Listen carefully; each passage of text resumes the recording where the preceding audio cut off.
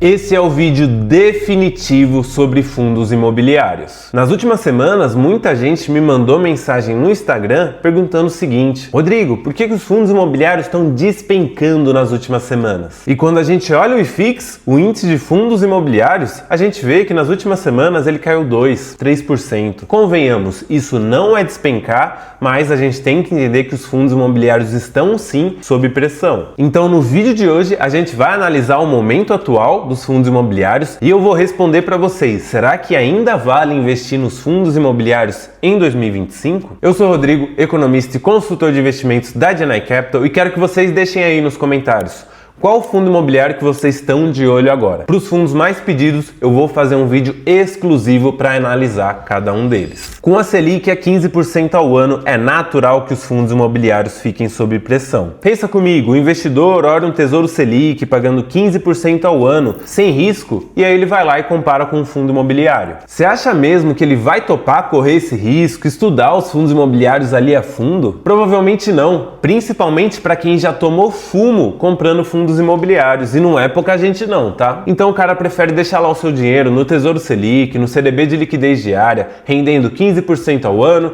sem nenhum risco, e ir pra praia, tomar sua água de coco com o pé pra cima. Então o primeiro ponto, pensando nos fundos imobiliários, hoje a gente vê uma baita oportunidade pensando na valorização das cotas? Não, a gente não vê essa oportunidade. Então o primeiro ponto aqui sobre os fundos imobiliários, hoje pensando na valorização das cotas, a gente deve ver uma alta expressiva no curto prazo? Não, não é isso que provavelmente a gente vai ver. A renda fixa está pressionando os FIIs e isso limita qualquer movimento de alta. Agora, para quem está comprando hoje de olho no longo prazo, 5, 10, 15 anos, muito provavelmente esse investidor vai ser bem recompensado lá na frente. Mas a gente tem que entender que toda essa pressão ela não é injustificada, tá? O cenário econômico está muito complicado aqui no nosso país. O Banco Central manteve a Selic em 15% na última reunião e deixou claro que vai segurar nesse patamar por um período prolongado. Então, muito provavelmente, o primeiro corte que a gente vai ver aqui na nossa taxa de juros vai ser lá em 2026. E não espere a Selic em um dígito tão cedo não, tá? A taxa deve continuar nos 2 dígitos por um bom tempo. O último Boletim Focus prevê uma taxa em 12,5% no final de 2026, muito alta ainda. Então, com a Selic já elevada e a previsão de que ela continue elevada, muita gente prefere ficar ali na renda fixa e não vai migrar para outros ativos com mais risco, como os fundos imobiliários. Aqui a gente tem que entender que muitas vezes o investidor ele é guiado pela emoção e não pela razão. E por isso que ele acaba fazendo essas lambanças. Quando é o momento de comprar os fundos, ele não compra. E aí, quando todo o mercado já precificou a alta dos fundos, ele vai lá e começa a comprar. Só quem tem um pensamento de segundo nível consegue virar esse jogo e fazer de fato ali escolhas totalmente baseadas na razão. E vocês sabem, né? A taxa de juros aqui no Brasil tem o objetivo de controlar a inflação. E a inflação não está nada controlada. Ela está acima da meta, acima do teto da meta, e mesmo com as perspectivas de queda dela nos próximos meses, ela ainda está muito descolada do que é o ideal considerado pelo Banco Central. E isso acaba criando um ciclo vicioso. Então, para a gente sair dele, o que a gente precisa fazer? O governo ele precisa gastar menos e com isso a economia vai dar uma desacelerada. E essa desaceleração ela é necessária para controlar a inflação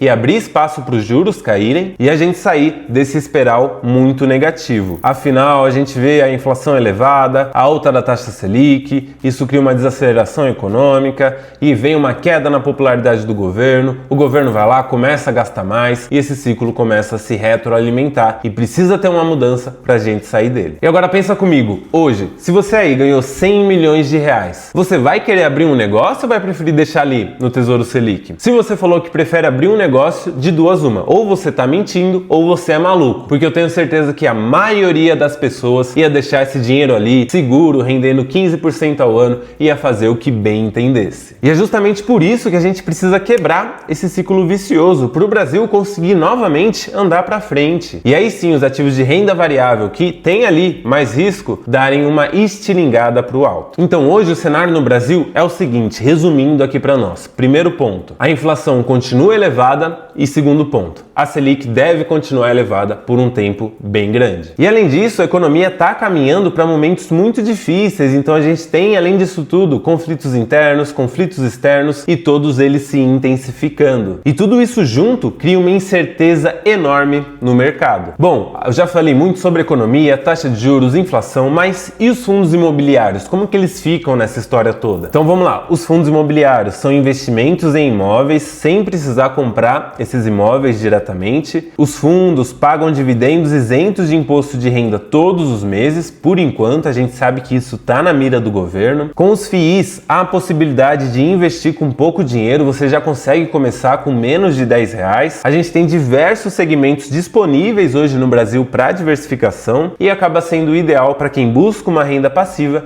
e é um investimento pensado totalmente para o longo prazo. Então, se você quer ganhar dinheiro rápido no próximo mês, nos próximos 2 meses, esse não é um investimento para você. Na verdade, eu nem sei qual tipo de investimento é para você. Muito provavelmente você vai acabar caindo em alguma pirâmide, tigrinho e acabar com seu futuro financeiro. Os fundos imobiliários são veículos pensados para o longo prazo, pensando aqui em 10, 15 anos, tá? E a grande vantagem é você ser sócio, ter parte ali de negócios muito grandes como shoppings, prédios, galpões logísticos, sem precisar desembolsar o valor total que esse tipo de imóvel custa. Então hoje a gente tem diversos segmentos para a gente diversificar. Então, por exemplo, a gente tem um segmento de shopping centers, que é um segmento que vai muito bem no Brasil. Então, por vários fatores, mas eu posso citar aqui para vocês, por exemplo, os shoppings hoje são seguros. Então a gente sabe que a insegurança no país hoje está muito grande. Então pensa comigo, você aí, quando vai passear com a sua família, você prefere levar ela no calçadão aí da sua cidade ou vai num shopping que é climatizado, tem todo um aparato de segurança ali e você sabe que ninguém vai incomodar você e a sua família. E além disso, hoje os shoppings não são mais centros somente pensados no comércio. Eles oferecem ali muitos serviços e comodidades. Então hoje você vai num shopping e além das lojas, o que você tem lá? Você tem consultórios médicos, consultórios para fazer exames, tem também outros tipos de serviços, vai fazer um câmbio, vai também lavar sua roupa, enfim, hoje tem uma infinidade de serviços dentro dos shoppings, o que faz com que sejam um segmento muito interessante e resiliente aqui no país. A gente tem também o segmento de galpões logísticos, que na minha visão é o mais seguro entre os fundos imobiliários, por um motivo muito simples. Os imóveis são de 20, 30 mil metros quadrados, então fica difícil para o inquilino sair, afinal é caro, custoso e trabalhoso sair desses imóveis. Então isso garante maior previsibilidade e além disso, praticamente todas as empresas hoje precisam ali dos seus galpões logísticos, mesmo que elas não atuem muito forte no e-commerce.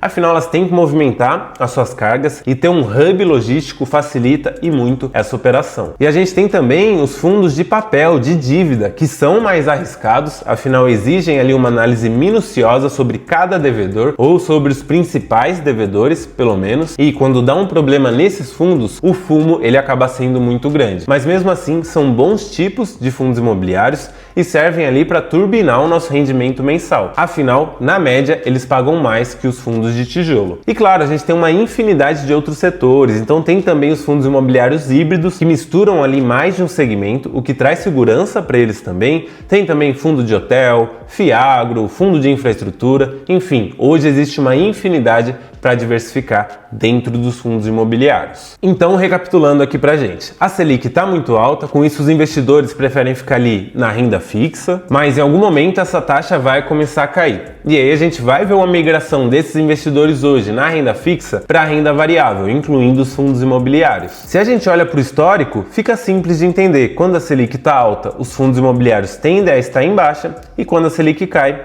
eles sobem. Só que, vocês sabem, o mercado, ele antecipa. Então, se a gente ficar aqui esperando a Selic começar a cair ou dar sinais de que vai cair para migrar para os fundos imobiliários, provavelmente a gente vai comprar esses mesmos fundos que hoje estão descontados a preços muito mais caros. E isso vai reduzir muito o seu potencial de rentabilidade. E se você quer colocar um pé nos fundos imobiliários e não sabe como escolher ou como começar e tiver mais de R$100 mil investidos ou aportar todos os meses mais de 3 mil, eu te convido a clicar no link da descrição, você vai ser direcionado para o site da Deny Capital, a nossa consultoria de investimentos, então entenda lá como que funciona o nosso trabalho e se achar que faz sentido, agende uma conversa sem compromisso com um dos nossos nossos consultores, que inclusive pode ser eu, que eu tenho certeza que, primeiro, você vai entender como colocar os fundos imobiliários na sua carteira e segundo, vai chegar muito mais rápido nos seus objetivos de vida com a nossa ajuda. Trouxe para vocês aqui o gráfico do IFIX no último ano. Então aqui a gente já consegue ver aquela grande queda que eu falei para vocês, ó. Então,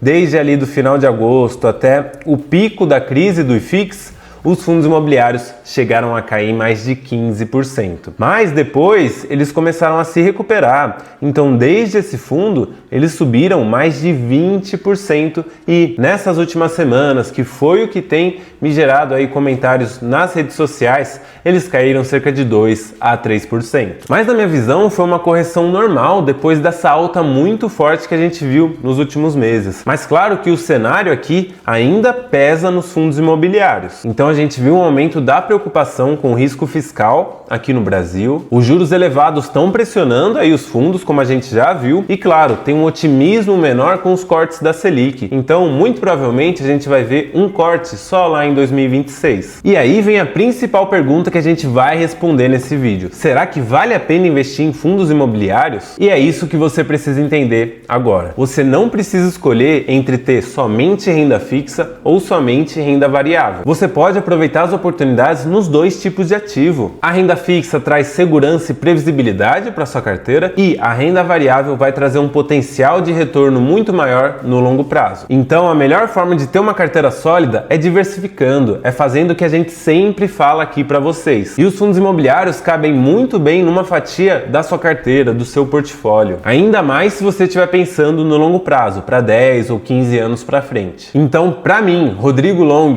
em 2025 ainda vale a pena investir em fundos imobiliários, ainda mais se você tiver paciência e souber escolher bons fundos. Não adianta comprar qualquer coisa e achar que vai subir só porque eles estão descontados. Não é assim que funciona, tá? E se você aí não sabe escolher bons fundos imobiliários e ainda não chegou no patamar de 100 mil reais investidos ou de 3 mil de aporte, não se preocupe, a gente tem um app da Dinai, lá a gente tem uma lista de bons fundos imobiliários que já vai ajudar você a fazer uma boa seleção e um bom estudo a partir de uma pré-seleção muito bem feita. Lembrando que não é nenhuma recomendação, a gente só pode recomendar para os clientes da Dinai Capital e é isso, e até o próximo vídeo.